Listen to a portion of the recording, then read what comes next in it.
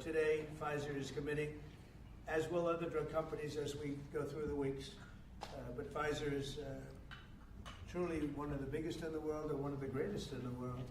Today, Pfizer is committing to offer all of their prescription medications to Medicaid, and it will be at the most favored nation's prices. It's going to have a huge impact on bringing Medicaid costs down like nothing else. I told you that in my first term, I was so proud of the fact that for the first time in 28 years, drug prices came down. And I had a news conference that I explained it was 1/10 of 1%, but it was down.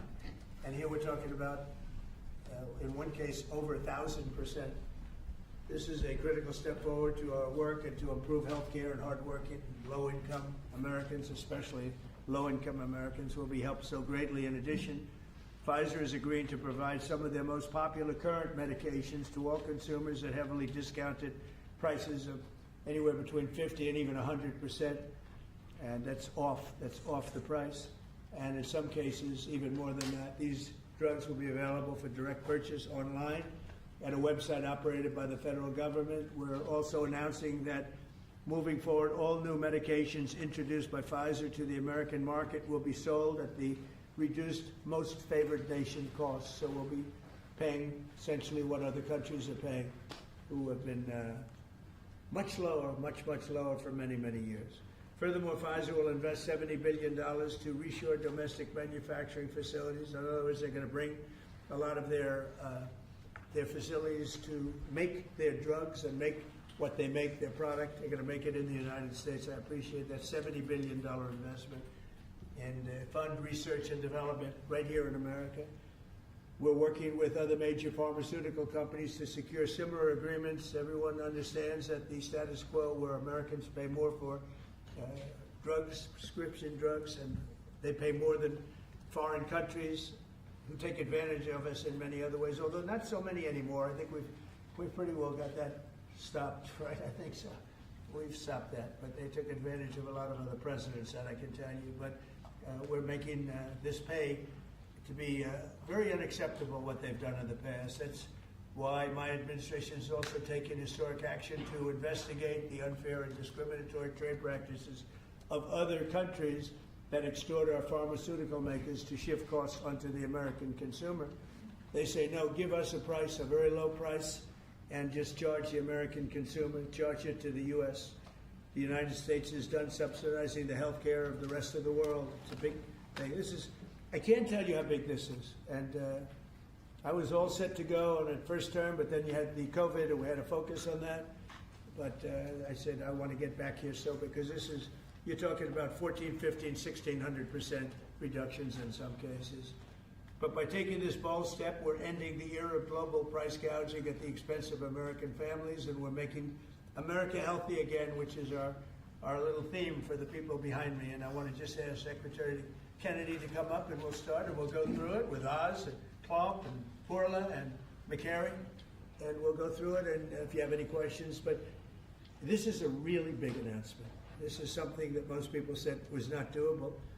And other countries are going along because we told them that if you don't go along, they didn't have to go along, but if they didn't go along, we were going to put extra tariffs on those countries, and we were going to charge them the amount of money that they should be paying for the reduction in costs. So I think we had a pretty good negotiating position.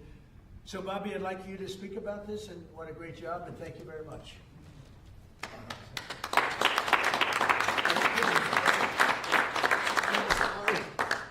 I thank a couple of people who aren't up here, Theo Merkel, Dr. Heidi Overton, who played key roles in this negotiation and helped make this happen.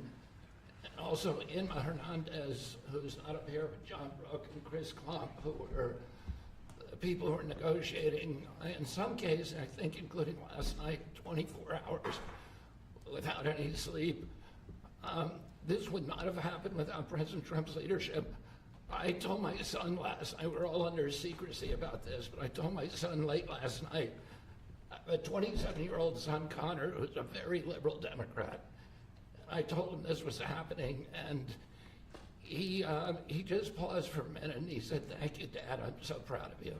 Because this is something Democrats have wanted for 20 years, Republicans have wanted for 20 years, Everybody said they're going to do it. Nobody has even taken a step towards doing it. And the reason was because it was such a daunting task. And, even all of the negotiators, I also want to thank Howard Lutnick. This would not have happened without him. But even all of the negotiators here and all the people on at HHS and at the White House team, all we could see was all the reasons that this couldn't happen. Everybody had tried. Nobody could make it happen.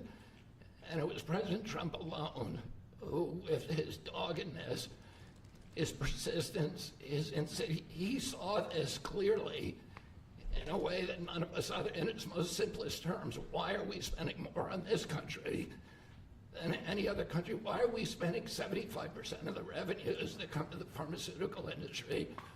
We're doing all the research, and everybody else is riding on our slipstream. And President Trump, I would say, harangued and harassed us to make this happen. I was getting calls at 11:30, 12 o'clock at night. Oh, are you asleep? And you got to get MFN done. And at one point, Dr. Oz told me I can't take the president's calls anymore. I have a lot of reasons. My wife has a lot of reasons to say to me about different things that happen in my life. Doesn't that give you anxiety? And I say, I don't get anxiety. This gave me anxiety. Oh, thank you, President Trump. It would not have happened without you. This is real leadership. It's a president who has a vision and makes that vision happen. And I can't think of any other president of the United States who could have done this in our history. I'm very grateful to you. This is an extraordinary benefit. The American people, thank you for your vision, President Trump, your bold action, your unwavering commitment to health and well-being of the American people. Never has a president stood up so bravely for the American people with respect to health care. And by the way, I forgot to thank Albert Berlin. Albert and I have had a long history of antipathy and antagonism toward each other. But I have to say his leadership in this took tremendous courage. And he really created a template for corporate responsibility, for putting public health ahead of his individual interests. So I'm very, very grateful to you for that, Albert. Under the leadership of President Trump, the U.S. government is now acting as a tough negotiator on behalf of the American people. Today is about fairness, it's about equality, it's about giving hope to those who are trying to stay healthy, who are managing illness, and who are fighting for their lives.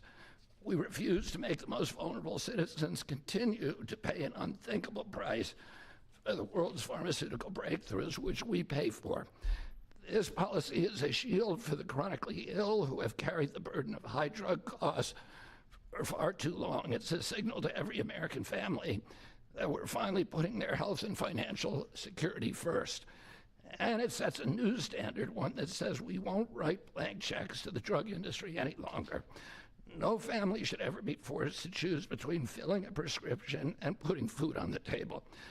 Americans should not be gouged paying 300 or 400 or 1,000% more than people in other countries for the exact same drug, many times manufactured in the same factory in New Jersey and sold in Great Britain for 1/10 the price that it's being sold for here. This week, and I was with some friends up in Martha's Vineyard, and an old friend, one of my oldest friends, his wife and daughter have a chronic disease. And that chronic disease last year cost $150,000 to treat. And the mother had to choose whether she was going to take that money and spend it on her or her daughter. And she spent it on her daughter. So she had to make that choice. It's a choice that no mother should have to make. We did a roundtable recently on drug prices. One patient spent more than $180,000 on one drug.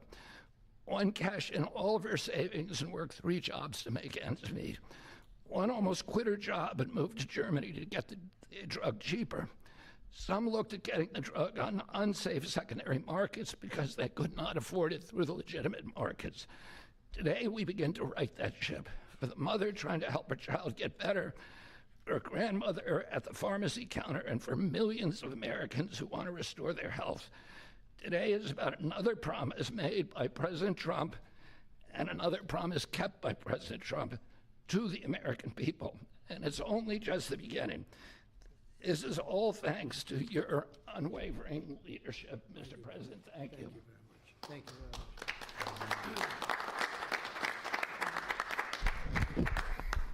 There is a fine line between vision and hallucination. People have to follow you for it to be a vision.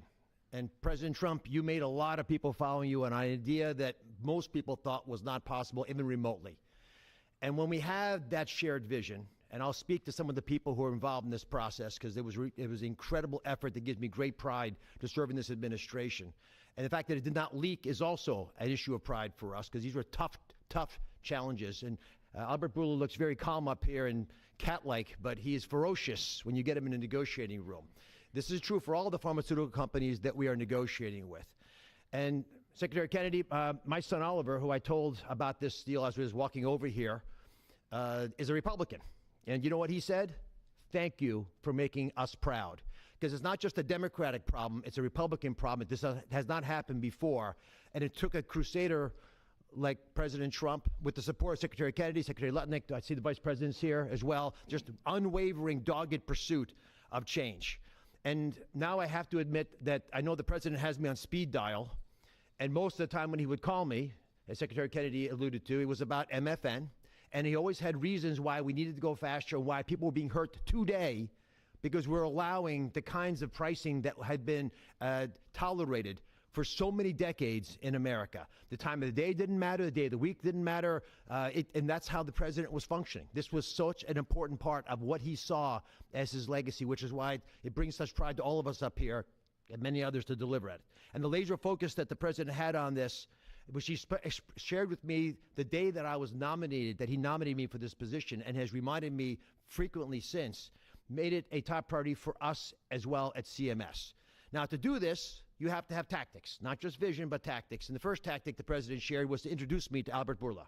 He took us to dinner with Secretary Kennedy, and he argued, and he's a great deal maker, as you know, that if you're going to make a deal of this scope, of this nature, you need trust.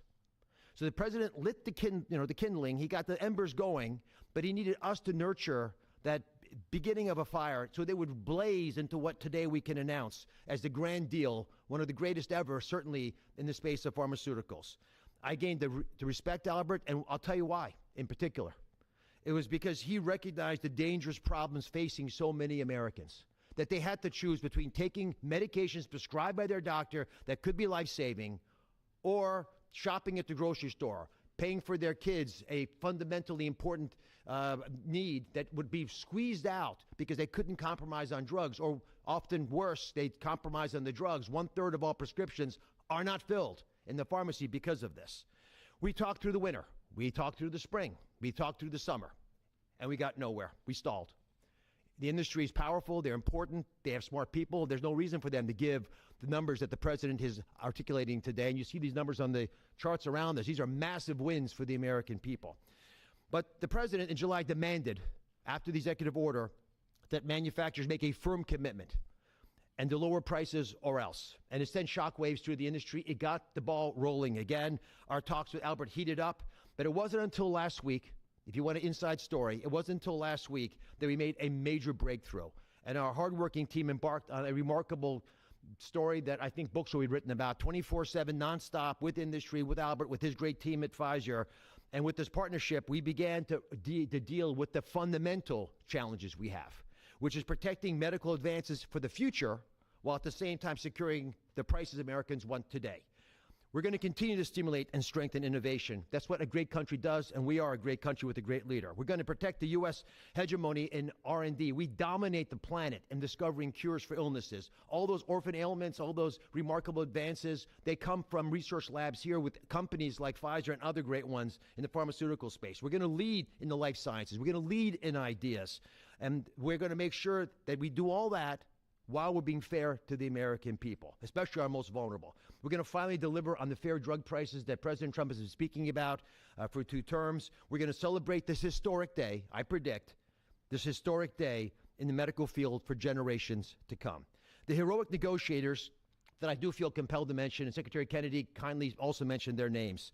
Some of them can't be in here because they're busy negotiating future Ds. Inma Hernandez-Delso, John Brooks, who's a deputy administrator of mine, Theo Merkel, who is in the back and tall and hard to miss with DPC, and Corey Enslin with the same group did a spectacular job, and Don Dempsey at OMB. Just wonderful human beings worked tirelessly to get this done. We were able to secure this first MFN deal, and the president touched on this, but we have much more to come. You'll be hearing breaking news from the president for the rest of for the fall. And Mr. President, these brilliant minds are here because of you. Now, I don't want to just pay homage to this. I want to actually speak this a little bit. The passion to protect the American people brings top-tier Americans into the government. We've created a powerful administration with the president's leadership, an administration of winners, of people who get things done. They see the generational opportunity to fix the biggest problems our nation faces. And the person who led this negotiation, Chris Klump, embodies this seal. Now, Chris Klump came to visit Secretary Kennedy and I the very first day we were looking for staff to try to bring in the government. And neither of us really had an idea of how challenging this might be. And he came to the interview, and we knew that he had built a business that was worth several $100 million. And the secretary, very poker-faced as he tends to be, looked at him and said, "Are you willing to give it all up and move your family to Washington?" A young family, 4 young children, beautiful wife. "Are you willing to come across the country and serve our nation, serve this president to ensure vital programs like Medicare, which he runs, will keep our seniors healthy for years to come?"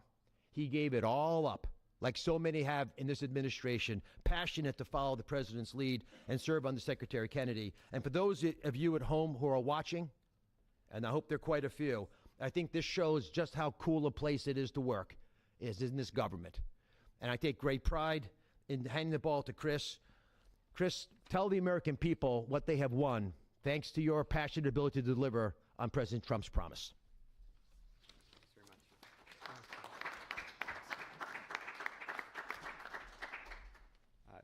Thank you, Mr. President. You have enabled something that as recently as last night, nearly everyone has said was impossible.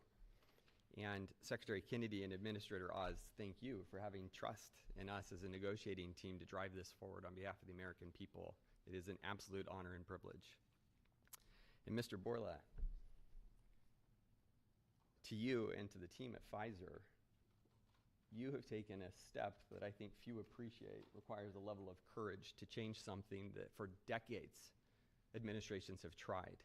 And there was no incentive rationally for you to do, and yet you've done it because you recognize the opportunity to align your economic interest with the social interest of the American people, and we are grateful.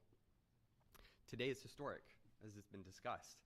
This is a major win in the battle for affordable health care and affordable drugs. As the president said, on average, we pay nearly 3 times what the rest of the wealthy world pays for branded pharmaceuticals. And yet we drive more than 50% of global R&D, 50% of revenues, nearly 70% of profits.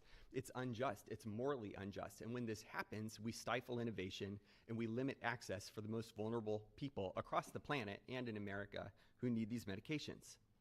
And so the president directed us to make deals. That's what he does, and it's what we do. And all great deals, and this is a great deal, are rooted in principles. And this deal was rooted in the principle of fairness. Now, the president could have directed us to go to the poorest country on the planet and find the cheapest price for every single drug and bring that back to the United States and use the might of the government to insist that that's the price we pay. And that might have worked, actually, for just a little bit. But very quickly, it would have utterly destroyed innovation in pharmaceuticals. It would have destroyed American primacy in building life-saving medications. There are nearly 20,000 known diseases on the planet. We have treatments or cures for far fewer than 10% of them. So that would have been a bad strategy, and it would have limited access to those who need those medications the most. But he didn't call for that. He didn't call for 50% lower than the lowest price on the planet. What he called for was fairness. And that's a powerful principle, because we all grow up wanting to be on the right side of fair. And it allowed us to do what has not been done before, which is to call on manufacturers and ask them to be fair, and allows us to go to countries and ask them to pay their fair share in the battle against global disease. And that is the unlock for this great deal. Now, it's my privilege to talk just for a few minutes about the details of the deal. First, let's start with the definition of MFN. What do we mean by that? This is not made-up list prices that have often been quoted in prior administrations, stuffed with fees and rebates. We're talking about we start at net prices, after fees, after rebates, the prices people actually pay here, the prices people actually pay in other wealthy countries. We then index to a basket of countries, wealthy countries, across the world. And we go drug by drug, and we look for the lowest price, and that becomes the starting point for what an MFN price is in the United States. And then we've built this principles of fairness on 5 key pillars, as we've talked about. Number 1, as has been discussed, direct access for patients at TrumpRx, which is a site soon to be launched, available often at full MFN and always at lower prices than currently available. This is bypassing middlemen. It increases transparency. In many instances, prices are 80% lower than they are today. No more Canadian detours to purchase drugs more inexpensively at our neighbor. You do it from home. You do it a click. This is American ingenuity outsmarting the system. Number 2, the president was very clear to us and directed us to ensure that we secured the lowest prices for the most vulnerable Americans, those who are served by Medicaid. So we focused there first. So Pfizer will be putting virtually all of its portfolio of drugs at MFN prices available to Medicaid in the near future. This safeguards the program. This ensures that this program lives as a lifeline without undue burden on the taxpayer for those who need it most, for our vulnerable Americans whom we are charged morally to care for.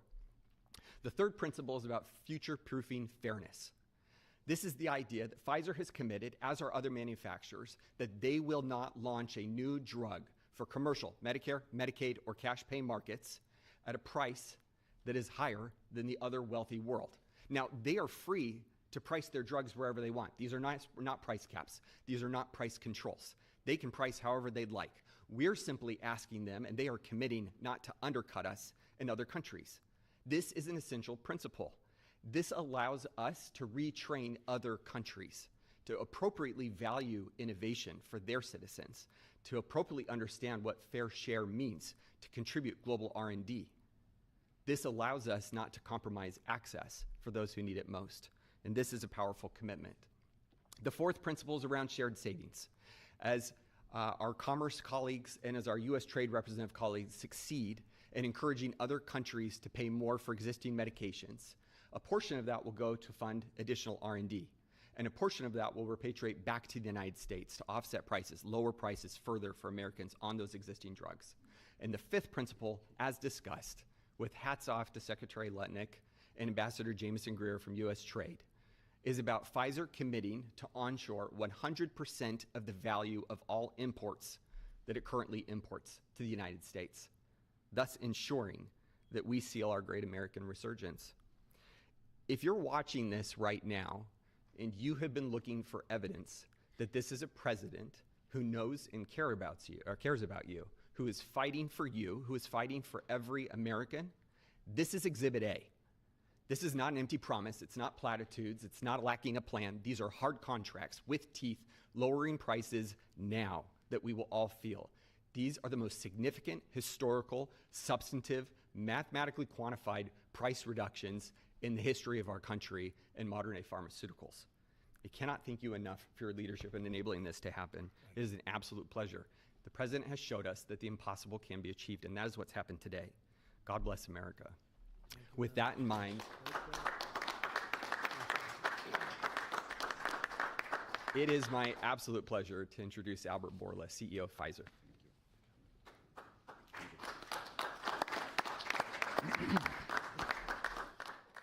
Mr. President, what an honor to be here today in this office to announce a landmark agreement.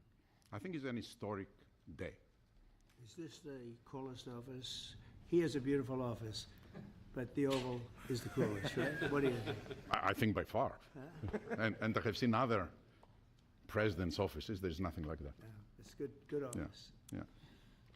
So it's an historic day because I think today we are turning the tide and we are reversing an unfair situation.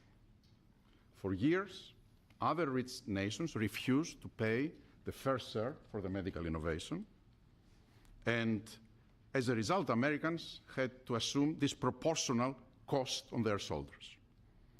This situation, we all knew, is not sustainable. This situation is a situation that many wanted to change, but no one could. This is changing today with this agreement. In July, the President sent to me and other heads of pharmaceutical companies a letter. And over there, he articulated 4 specific requests. These requests, it was obvious to us, were designed to lower drug cost in the America in different ways, each one of them. And altogether, holistically, to have synergistic effect in the impact that that will have in the US healthcare cost and patients. With this deal that we signed today, we satisfied all 4 of President's requests, all 4. The big winner of this deal clearly will be the American patient. There is no doubt about it. They are the ones that will see significant impact in their ability to buy medicines. But I would argue that it is not the only winner. I think who else is a winner here? It is American innovation and American economy. In our industry, we had 2 major overhangs that have substantially reduced our valuations and create concerns for us in our ability to invest. We are addressing both of them right now, and I will speak about them. The first one was the uncertainty of tariffs. Because President is absolutely right. Tariffs is the most powerful tool to motivate behaviors, Mr. President, and clearly motivated ours, right? So, by this agreement that we did, we commit to onshore the production of our medicines that are consumed in the US and are made outside the US. And for that, we are ready to unleash our investment portfolio in this country. And the President graciously gave us a 3 years grace period that we will not be subject to the 232 tariffs, as long as, of course, we move the products here. That's one. The second overhang in our industry was this uncertainty. What will happen with the framework of pricing in the country?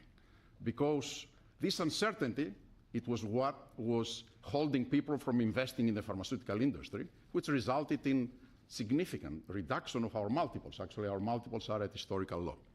Well, now we have clarity about what is the framework for the US pricing. Read the letter of President Trump, read the 4 points, and this is the framework. And we will abide to that, and going forward, this is how things will be priced in the US and abroad. We are ready to invest, as the President also mentioned, $70 billion in the next few years from Pfizer in manufacturing and research in America alone. I really think this is an historical moment because also I can put that behind us and focus on the things that I want to spend my time, cancer treatments, to bring better obesity medicines, to bring better vaccines, to bring things that people value. And thank you for allowing us to do that. I want to thank Secretary Kennedy. I want to thank Secretary Latnik. Your leadership helped us to pull that together. You are the masterminds of everything, and without the brilliant way that you designed the whole thing, we wouldn't be able to make it happen. But you were even more brilliant because you had someone in your team that he was the driving force behind everything. And I don't have words to thank you for your integrity. And it is what you have said. We created trust from day one. And that was the most important thing that allowed us to be able to pull very difficult negotiations. Of course, also I want to thank the US trade representative, who is also heavily engaged, and he's probably the first trade representative that I have seen that cares about our industry and cares to do something about unfair situations out there, but more than anyone else. Mr. President, I want to thank you, very much. For your leadership and, frankly, for your friendship. Thank you. Albert, thank you very much. Great job. Great job. Thank you, Mr. President. The growth of drug spending, that is, the increase in drug pricing, is the fastest and biggest increasing area of healthcare spending. So today's announcement has incredible implications for healthcare spending in the United States. And today marks the beginning of the end of the Great American Ripoff. And it also marks the beginning and the end of a great American tragedy, something I've seen as a physician at the bedside.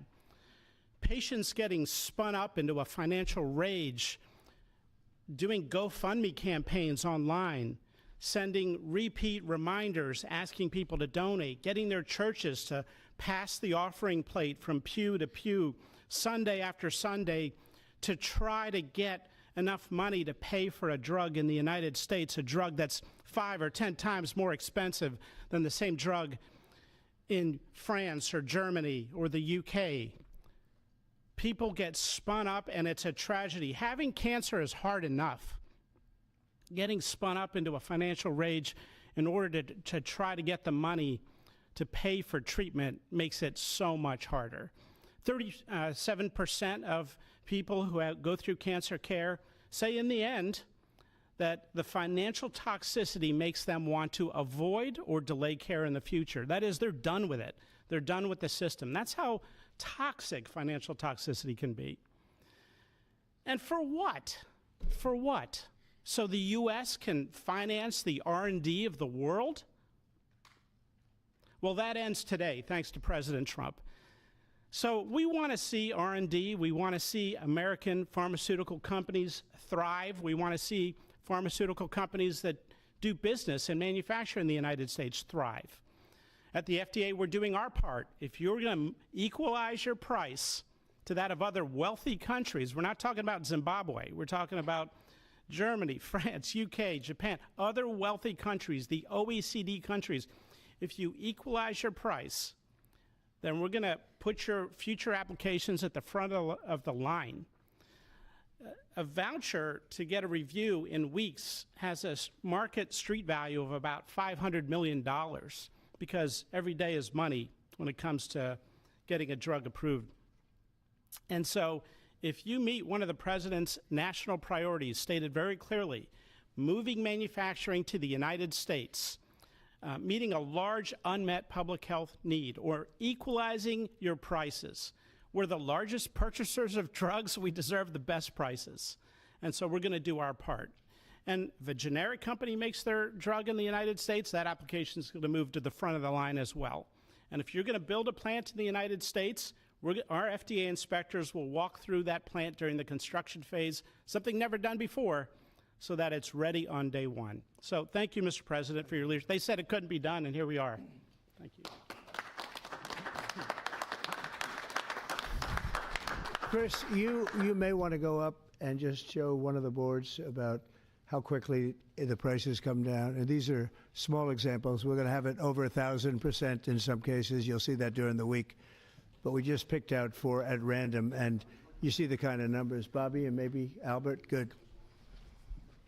We picked 4 examples, but I want to be totally clear. These are not the only 4 examples. And as the president mentioned, this is not the only agreement. It is the first. It's a historic agreement. There are many to come, and we're excited to talk about them. And that means hundreds and hundreds of drugs. We are not exaggerating when we talk about reductions of up to 80%. We give you 4 examples here. One for dermatitis. The new price at MFN results in 80% reduction to what's available today. One in postmenopausal osteoporosis, 85%. Migraines that affect so many Americans, 50% reductions. Rheumatoid arthritis, something my own mother struggled with, 40% reductions. This is about access. This is about ensuring Americans have access to life-saving medications. These are real prices. These are net prices. They're not made up. They're not funny numbers. Thank you very much. Great job you've done. Everybody here has been incredible. We've been standing here talking about the Make America Healthy Again a lot lately, and I think our meeting the other day was excellent on a thing called Tylenol. That was a very important meeting. I think that was a very important meeting. And this, in terms of pricing, it's going to be great for Medicare, Medicaid, Social Security. It's going to be great for everything because your medicine costs are coming way down. We have some examples that I think we'll be able to show you next week of over 1,000% in some cases, where a pill that cost $10 in London was costing $130 in New York and various other places within the United States. And the same thing with Canada. People would go to Canada, they go to Mexico, they'd go to other places to buy drugs. They don't have to do that anymore. So we have favored nations. So that's what we have. And it's one of the biggest days I think anybody will ever have. We're talking about massive numbers, and the numbers are going to get even better with a little time. And I will say, Albert, I think that the drug companies are going to be the same. You're going to, you know, the world, we're really competing against the world, so they have more people. So we'll come down a lot, and the world's going to go up a little bit. And the end result is you're going to, I think, do the same business pretty much. Maybe you'll figure a way to do more business, I think, knowing you. But I think the drug companies, we're going to come down a lot, the U.S. The U.S. will come down a lot. But the world, many more people, is going to go up a little bit. And it equalized, and it's a great tribute. And I want to thank everybody up here. J.D., thank you for all of your help, too. And Howard, great, really great job. Thank you all very much. Do you have any questions? How about we focus on this? It's so big, let's focus on this. Mr. President, can you please give us a timeline? Yeah, Mr. President, first of all, this kind of goes along with your America First campaign promises for lowering health care costs. On a day that it seems like we're going into a government shutdown led by Democrats on the premise of providing health benefits to illegals, this seems to, your move here is a stark contrast to that. Could the same principles that you did today apply to health insurance, to maybe lower the cost of health insurance? Many Americans are kind of struggling with that. We're working on just that, little different group, but we're working on just that. It could, I don't know to this extent. You know, we have a pill, one pill in particular we're going to show you next week. It sells for $10 in other countries and $137 in the U.S. And that's coming down now to probably $15 or $18. They'll go up to 18. I think that's pretty much right, Albert. It's not you, but they'll go up to 18, and we'll come down from 135 or whatever down to 18. I mean, that's a massive number. Remember, I was the one that held a news conference because I lowered drug prices by 1/4%. I think it was 1/8 of 1%, but it was the only one in 28 years that brought drug prices down for the year. But it was a very small number. Now we're talking about, you're going to see one over 1,000%. Look at these numbers. So, and this has a big impact, even on the discussion that we'll have with Chuck Schumer, who was here yesterday, along with a very nice gentleman who I didn't really know. You know who I'm talking about. The two of them came, and we had a good discussion, and we're going to see what happens. We're going to see what happens, but this has a huge impact on that because these numbers are going to bring Medicaid. We talk about Obamacare. Obamacare is a failure. Obamacare is not good. It's there, but relative to other health care programs, it's in the lower 20%. It's not good. And I asked the Democrat representatives, what do you think about coming up with a better health care? This actually allows you to do that because the cost of prescription medicine is a big, I guess, a very big, more than 50% the cost of what we're talking about. So we might be able to do something like that. This is one of the biggest news conference from a medical standpoint that I think has ever been had by any administration. Yeah, please. Thank you. I'm curious, where are the other companies other than Pfizer? Are you expecting them to come along later? They're all with us. And I was honored to have Albert be the first. He's done a fantastic job with, as you know, with the COVID. He did a fantastic job with a lot of things. He's a leader, and Pfizer is right at the top. You know, it's there. Eli Lilly has been fantastic also, your friend, my friend. And they're all coming in over the next week. We're making deals with all of them. And I said, if we don't make a deal, then we're going to tariff them an extra 5, 6, 7, 8%, whatever the difference is, and we'll take it that way. So we took away the advantage by the fact that we have tariffs. We took away the advantage that they would have of just saying no, and we couldn't do anything about it. If they do that, what we do is we'd put a tariff on them of an equivalent amount, and we take it that way. And nobody wants to play that game. So they're going to be, they're all going to be good. We didn't have to mention that to Albert. Well, maybe I whispered it to him very slightly, you know. We had to give ourselves a little bit of an advantage. But no, but the tariffs played a big role because they know that's what's going to happen. Chair, you mentioned the tariff, the exemption of the 232s, but can you share a timeline for when we can expect the results of that 232 investigation? Let Howard answer that question, please.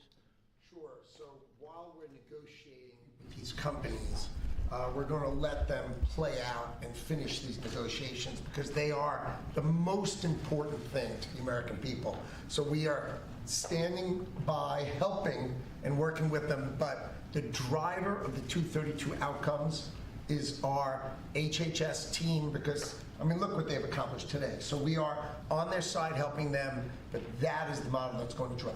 And you have to understand, Albert's spending $70 billion that he wouldn't be spending because of the tariffs, let's say, and other reasons. I think he liked the winner of November 5th, in all fairness, but because of the tariffs. And that wouldn't happen. He's not going to pay any tariffs because when he moves here, there are no tariffs.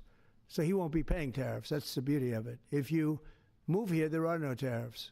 And we have over $17 trillion, Albert. Do you believe these numbers? So Biden had less than $1 trillion for 4 years. We have over $17 trillion for essentially 8 months. Pretty amazing. When will prices come down, Mr. President? When can Immediately. America? They're going to start coming down. Drug prices? Well, they'll be starting immediately. Yeah. Mr. President, can you speak to what impact you think this reduction in drug prices will have on midterms coming up? I think it's going to have a huge. I said, if we can pull this off before midterms, I've wanted to do it from the beginning, from my first day in first term. And we were doing so well. We had the greatest economy we've ever had. Everything was good. And then we're ready to do this, which is complex and big. It's a big change. But what happened is COVID came, and we focused on COVID. We focused on COVID very hard with Albert, with the other companies, with everybody. Regeneron was a great thing. You know, we did a lot of therapeutics that were fantastic. And so we focused on that. And I said, if I pull this off again, the first thing I'm going to do, and you know, we've been working on this for 8 months. This is a very big deal. This is a big shock to the system. But it's not as much as I said. They're going to go up. The world is going to go up a little bit. We're going to come down a lot. But now it's fair. We're going to be paying the same thing. Yeah. President Trump, in your first term, when you cut the price of insulin, Biden later came in and tried to steal credit for that. Do you worry that the Democrats are going to try to steal credit for these historic cuts? I really appreciate your question because I did. I cut the price of insulin down to $35. And the problem is with many of these things, now in this case it's going to be pretty quick, but oftentimes you'll do something medically because of the process, and it won't be seen for 2 or 3 years. That happened also with, I could say 4 different things, but just if you talk about insulin, so it was 200, 300, 500, and you couldn't get it, and I got it down to 35. And I said, I hope I win the next election because otherwise whoever wins is going to take credit for it. Well, what happened is we did win the election. We did great. But unfortunately, it didn't work out that way from a practical standpoint. And Biden, when I saw him get up and take credit for the $35 and even less insulin, that was 1,000% lower than what it was just previous. Boy, I tell you, I didn't like it. I didn't like it. So I did the best I could to let him know we did it, because we want to be given credit. But we are the ones that got insulin down to that number. And you're right, they tried to take credit for it. They had nothing to do. In fact, they didn't even know what happened. All of a sudden, the insulin price kicked in at $35. And they asked Biden about it. He had no idea what the hell they were talking about. But after they explained, and they didn't really explain to him because he was not capable really of understanding it. But when they went out and talked about it, they acted like it was a great feat by Biden. It had nothing to do with him. And it continues, and we'll get it down even further. But insulin was, people weren't taking it, I would imagine. They couldn't take it. God bless you, Bobby. I hope I didn't catch COVID just there. Don't you have Paxlovid? What is it? He's got Paxlovid. Give me a Paxlovid immediately. While Nancy Pelosi is ignoring what you're doing for the American people, she's going after your administration for cutting taxpayer-funded health care for illegal aliens. Last night, Who's doing that? Nancy Pelosi, she went on NBC last night, dropped a bunch of F-bombs, told Republicans to go F themselves. Has she lost her mind?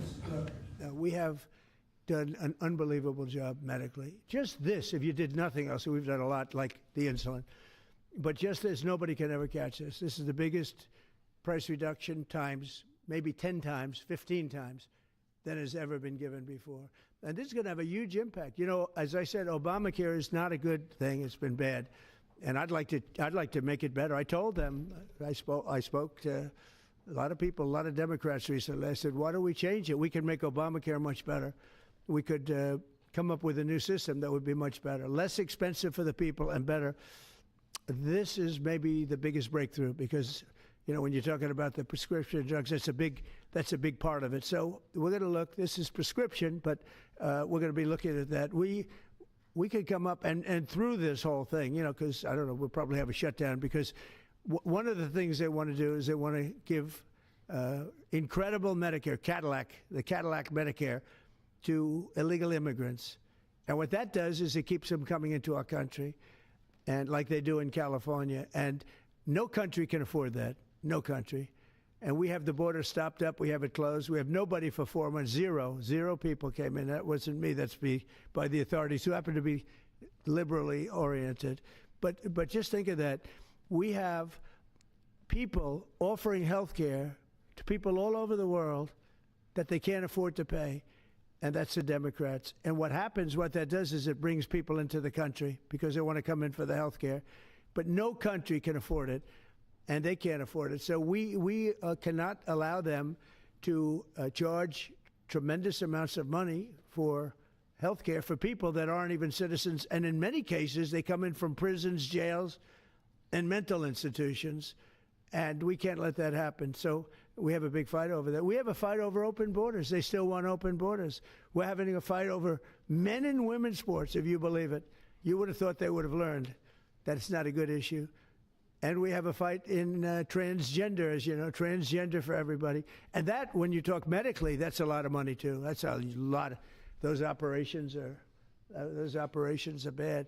So those things are also being discussed right now. I mean, can you imagine we're actually talking about open borders, and we now have a great border, and we have a great country. Our country was dead 1 year ago. Now we have the hottest country anywhere in the world. Big difference. Yeah.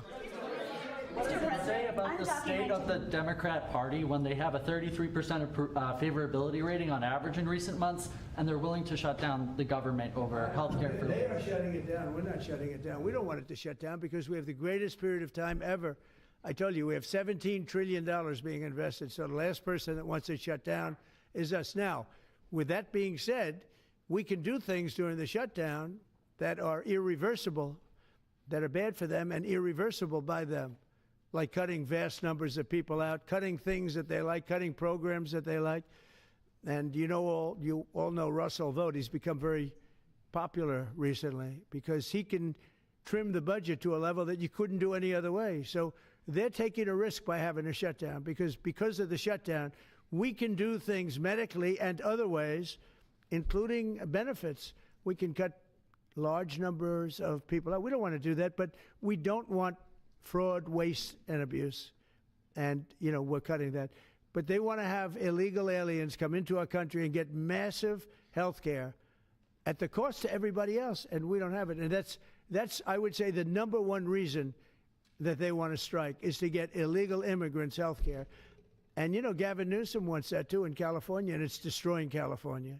We can't have that. We're not going to let it happen. Do you have a plan for dealing with drug companies that are responding to MFN only by raising prices overseas as opposed to lowering prices in the U.S.? No, they're responding. I understand that question very well, but they're responding by lowering prices. They're helped by lowering prices. You know, there's a price at which they can't sell, and they're helped by lowering prices. In the case of Albert and in the case of Eli Lilly, the fact is our prices are coming down massively. You see, that's just a few of the basics, but they're coming down much more than that with many drugs, and over 1,000%. Think of that, over 1,000% reduction. And we'll show you that next week because we have some of them on the board next week where you have over 1,000% price reduction. No, what's going to happen is you're going to have the market will kick in. This way the market kicks in. The other way it was just basically it was just a form of control. You were stifling the market. Yeah. Following up on Brian, At this point, is a shutdown inevitable? And how would you describe the negotiations with Democrats yesterday? Are more meetings scheduled?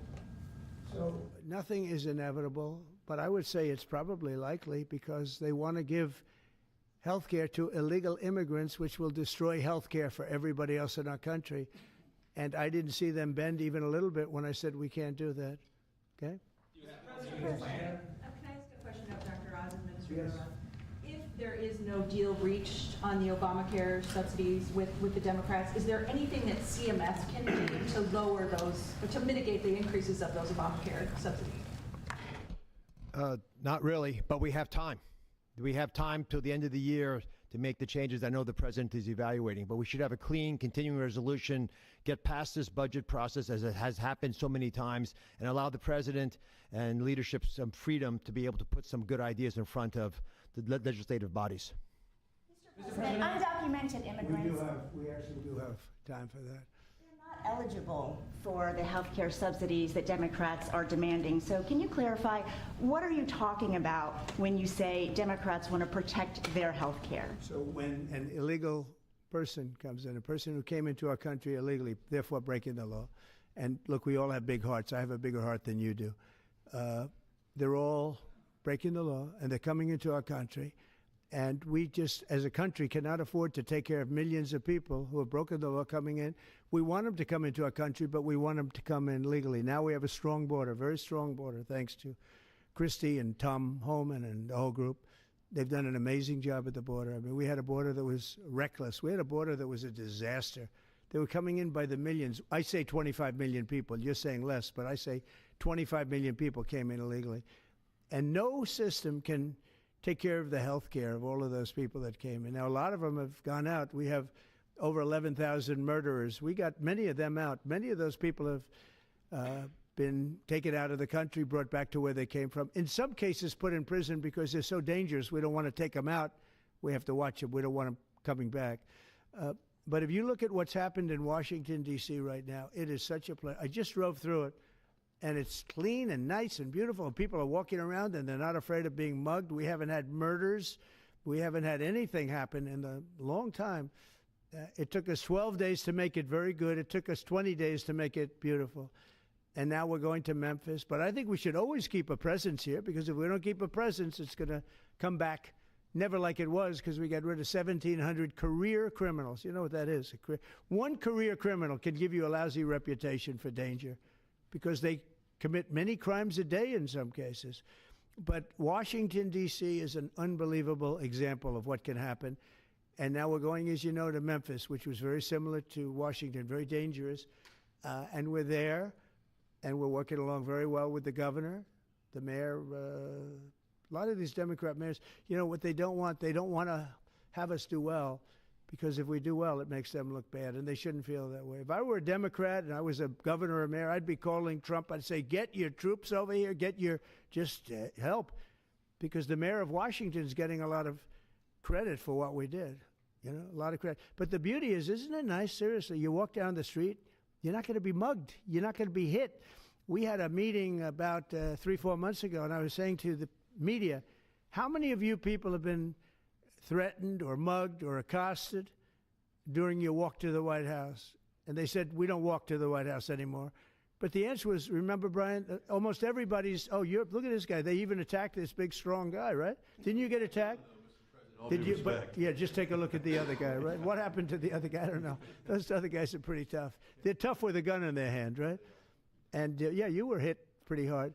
But almost everybody was. And now, nobody. Anybody been accosted in the last 3 weeks? If I would have said that 6 months ago, half the hands would have been raised out. No, we have a very safe city now. The country's going to be safe. We're doing one at a time, and we'll be going to Chicago. I told you this, our Union Pacific, head of the railroad. He knows this country very well. Started off as a very low-rung employee of the Union Pacific. He's now chairman. He came to me and he said, sir, save Chicago. It's a great city. It's going down fast. They had 11 people killed over the last couple of weeks. 11 people killed, 48 shot. That's not a city. It's a war zone. There's no city in the world like that. And then we have to listen to this Pritzker get up. I know him well. They threw him out of his business, and the family threw him out of the business because he's a loser. But we have to listen to Pritzker get up. He should call me and say, get the troops in. You ever hear that? 11 people over a week and a half killed. And I think it's 48, when you add it up, 48 people shot. And then I have to listen to a governor say how nice it is. It's a wonderful experience. Now, what is a wonderful experience is D.C. People are eating in the restaurants. They just opened 2 new restaurants, which hasn't worked in years. And we had it pretty good 4 years ago. We were just getting ready to do this, but we did it right. And, you know, we have a big victory in the Supreme Court. It's called merit. And so that includes the military. Our soldiers, did you see what they look like? These guys, they look like serious soldiers. They weren't playing games. And they went in there and they did a fantastic job. And Washington, D.C. is now a beautiful, safe city.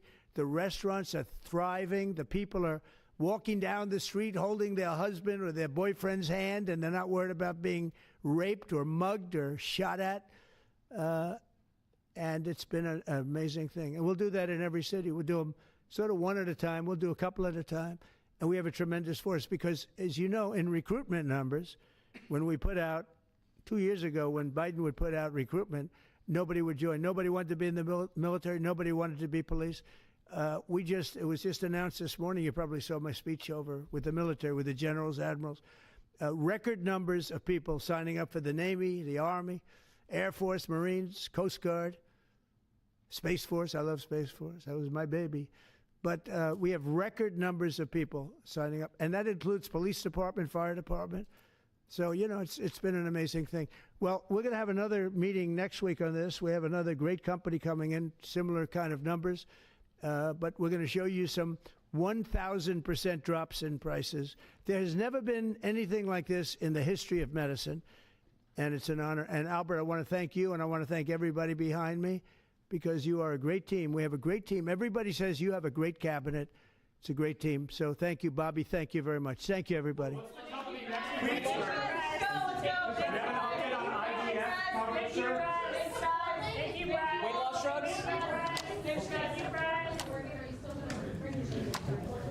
Are the weight loss drugs?